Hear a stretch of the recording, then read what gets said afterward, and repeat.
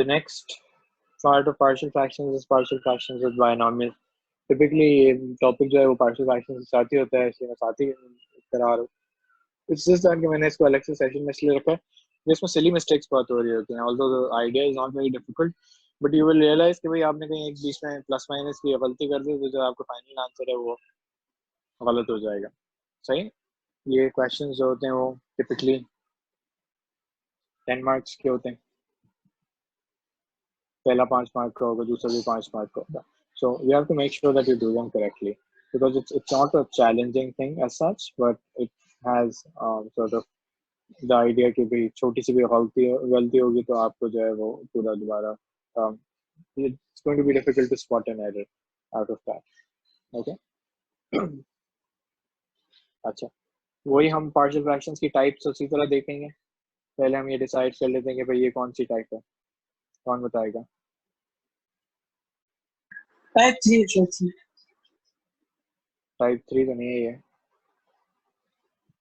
सोचो.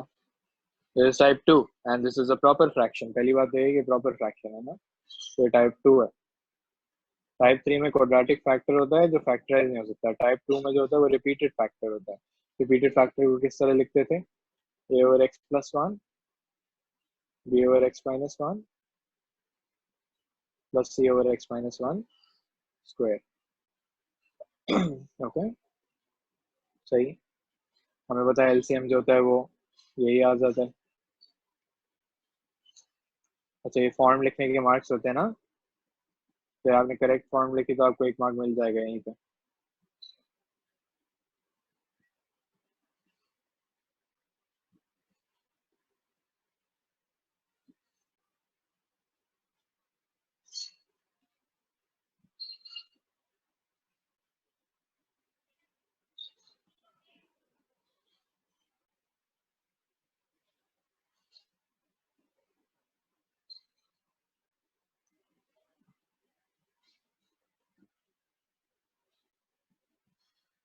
ओके. ये सारा वही है. There's nothing different about it.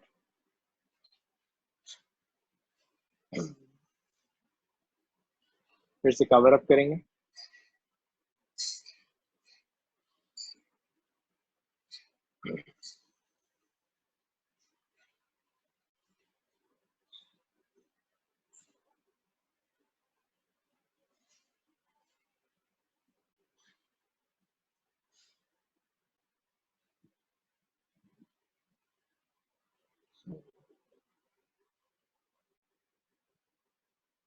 Sir सारी टाइप्स वाली फाइल आपने अपलोड की गूगल डॉक्यूमेंट में? लेक्चर की नहीं, जो उसकी पीडीएफ है टाइप वाली फाइल की. पता नहीं मुझे किया नहीं कि तुम देख के कोई एक देख के बता देना मुझे. आजकल असल में अपलोडिंग थोड़ी सी स्लो चल रही है. बट मैंने किसी एक की कर दी होगी, किसी एक क्लास की तो कर दी होगी. तुम लोगों की क्लास की है नहीं की है मुझे नहीं पता, बट किसी एक क्लास की तो कर दी होगी. सर आखिरी क्लास की तो वही किया था. तुम लोगों की क्लास की शायद नहीं किया है.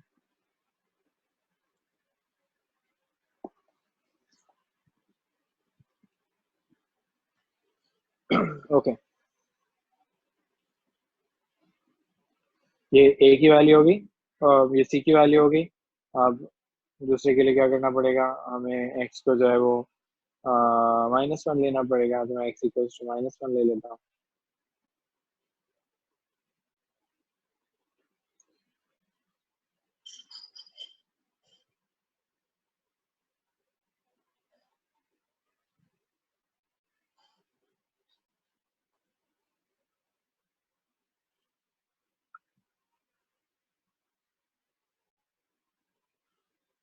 ओके. और c रह गया, एक रह गया सॉरी. तो अब मेरे पास ब्रैकेट खत्म हो गया. तो take any value of x.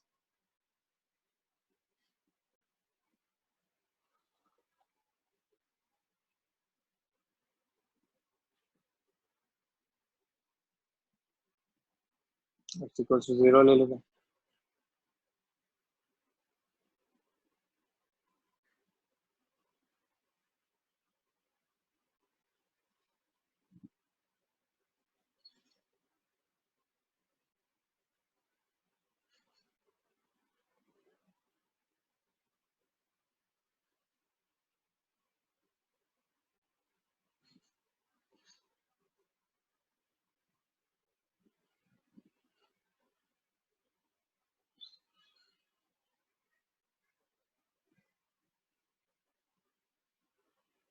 भाई कोई कैलकुलेशन चेक कर लेना मेरी प्लीज।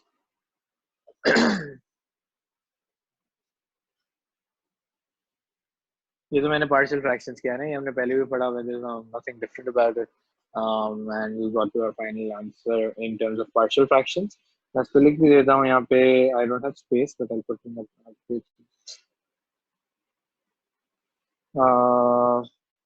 मेरे पास था 1/,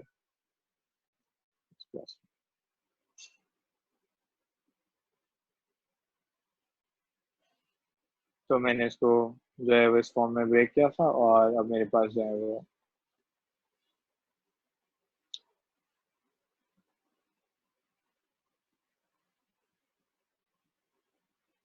तो ये आ गई है मेरे पास 1/4।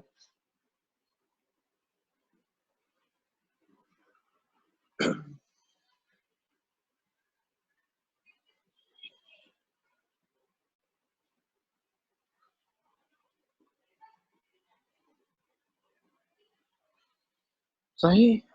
ओके, अब पढ़ते हैं कि भाई ये अगले पार्ट में कहता क्या है। वो कहता है कि हैंस। हैंस का मतलब होता है कि पहले पिछला पार्ट आप यूज करें। कभी कभार वो कहेगा हैंस और अदरवाइज, उसका भी मतलब मैं बाद में आपको बता देता हूँ। सही है, बट फिलहाल ये हैंस कह रहा है, वो कह रहे हैं hence obtain the expansion. Expansion का मतलब होता है बाइनोमियल एक्सपेंशन ऑफ दिस। अगर आपने कहा हैंस तो आपने पिछले पार्ट को यूज करना है। Ascending powers of x up to and including the term in x square, यानी आपने एक्सपेंशन करनी है अप टू एक्स स्क्वायर। अब किसकी एक्सपेंशन करूं? अब ये तो डिनोमिनेटर में है, डिनोमिनेटर में तो एक्सपेंशन हमें पता है नहीं होती। तो हम क्या करेंगे, हम इसको न्यूमरेटर में लेकर आएंगे। हम कहेंगे ये बन जाएगा, ये सारे जो आएंगे वो ऊपर आ जाएंगे।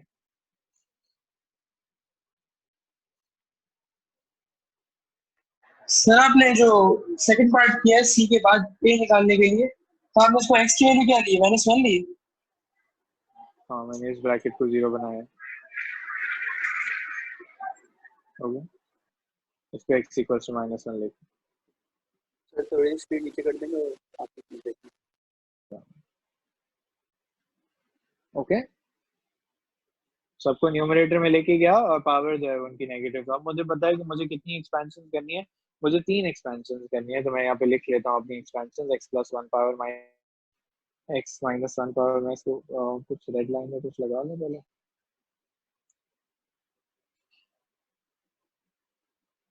तो मैंने कहा मुझे 3 एक्सपेंशन करनी है।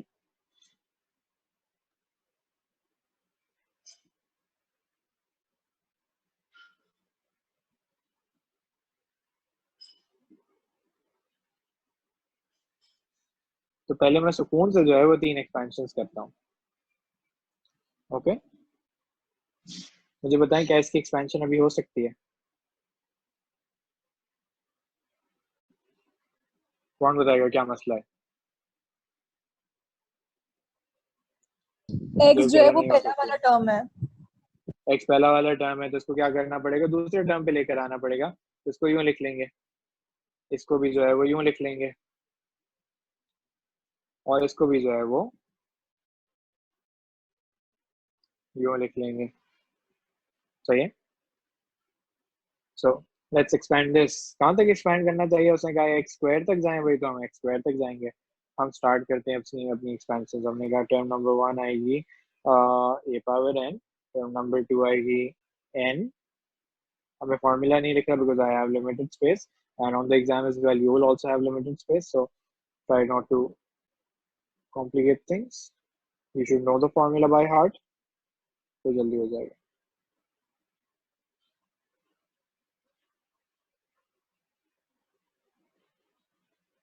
ओके, ये 3 टर्म्स हो गई। इनको मैं लिख लेता हूँ नीचे। ये क्या आई? 1, पहली टर्म आई 1। दूसरी क्या आ रही है? -x। और तीसरी क्या आ रही है?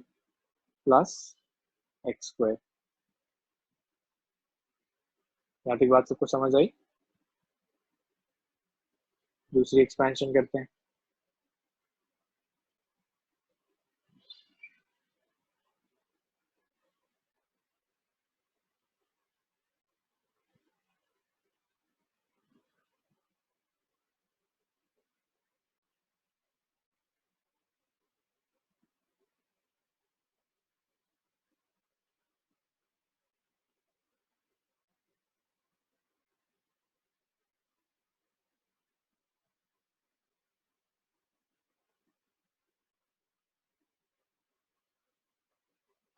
Okay.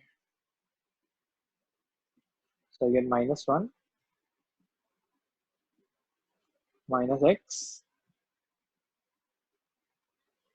and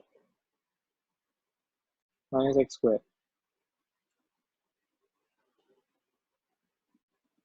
भाई ये सब पुराना है इसलिए मैं जो है वो I am going at space.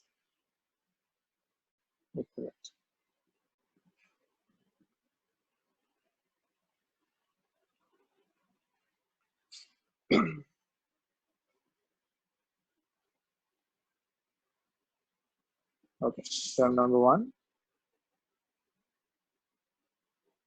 term number 2,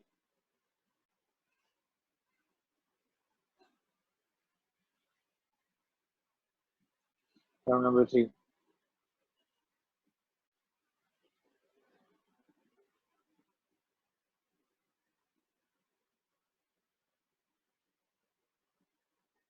अच्छा, इसकी कोई आंसर मुझे बताएगा?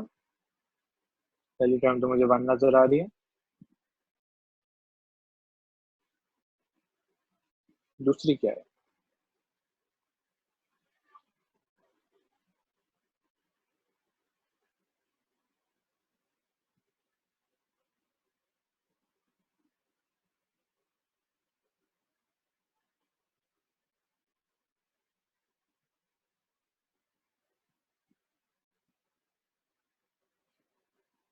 सर जो आपने रेड लाइन के नीचे ब्रैकेट्स पे लिखी है ये कुछ भी करके वो मुझे समझ नहीं आया क्या लिखा ये मैंने ये एक्सपेंशन लिखी है, ये ब्रैकेट लिखे हैं.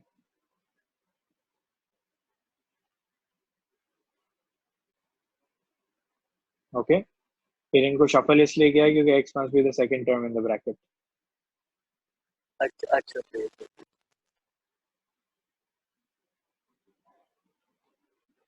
ओके, अब इन एक्सपेंशंस को कहाँ ले जाके फिट करना है भाई? वो जो ऊपर एक्सप्रेशन बना था उधर ले जाके फिट करना है. तो हम उधर सुकून से फिट कर लेते हैं. मैं एक और पेज इंसर्ट कर देता हूँ ताकि you can see it clearly. हमारी एक्सपेंशन थी 1/4 x plus 1 पावर -1, फिर थी -1/4 x minus 1 पावर -1, और फिर थी हाफ x -1 स्क्वायर थी पावर -2 थी. सही, अब मैं इसको सुकून से पहले यहाँ पे फिट करता हूँ. 1 minus x plus x square,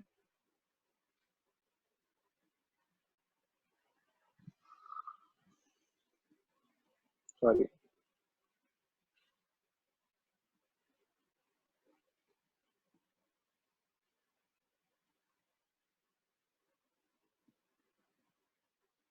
अब करते हैं expansion. 1/4 -1/4x plus 1/4x square plus 1/4 plus 1/4x plus 1/4x square half sir -3x² नहीं होगा?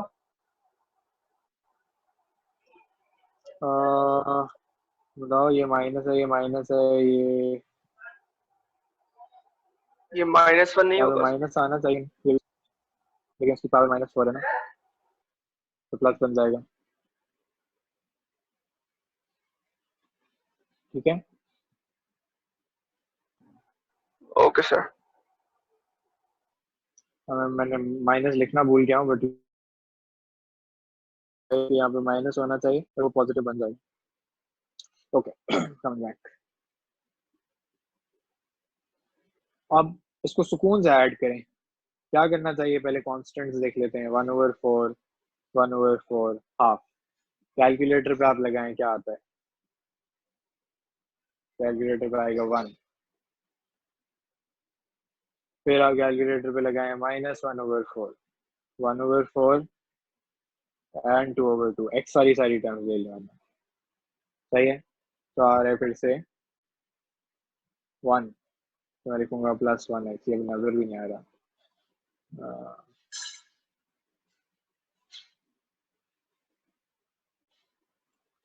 फिर 1/4x square 1/4x square and 3/2 1.5 2 हो गया ये.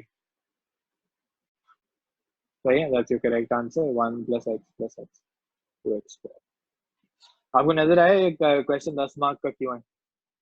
क्योंकि इसको करने में 15 मिनट तो लगते हैं। ओके, और आप ये लगाएंगे 15 मिनट। आपको नजर आ रहा था कि अभी भी मैं जब सॉल्व कर रहा था तो मैं कभी गलती से प्लस लगा देता था, माइनस लगा देता था, वो अभी आप लोगों ने मुझे करेक्ट नहीं किया। बट कल जब मैं क्लास में करा रहा था यही वाला क्वेश्चन, तो 2 दफा लोगों ने मुझे करेक्ट किया कि सर ये आपने साइन गलत लगा दिए। And this will happen with you as well. So you need to a practice and be consciously do this question कि भाई आप जो साइंस लगा रहे हैं और जब कैलकुलेटर में कैलकुलेशंस कर रहे हैं वो आपने रश थ्रू नहीं करना। आपने जो है वो सुकून से इसको कैलकुलेट करना है और सही टर्म्स निकालने हैं। अगर मैं आपको इसकी मार्किंग दिखाऊं तो इसकी मार्किंग क्या क्या होती है, देखो मैंने हमेशा बताया है कि आपको जो है वो 1 मार्क जो है वो फॉर्म लिखने का मिलता है। सही है, 1 फॉर फॉर्म। ओके, देन ये जो कवर अप वाला मेथड है 1 फॉर मेथड हो जाता है, and 1 for each of A B and C. सही, इधर 1 इधर 1 इधर 1 मिलेगा। ओके, दैट्स हाउ 5 मार्क्स यहाँ पे मिलते हैं। फिर आप जब अगले पार्ट पे आएंगे तो आपको ये सारी एक्सपेंस, आप फिर से आपने कोई मेथड दिखाया,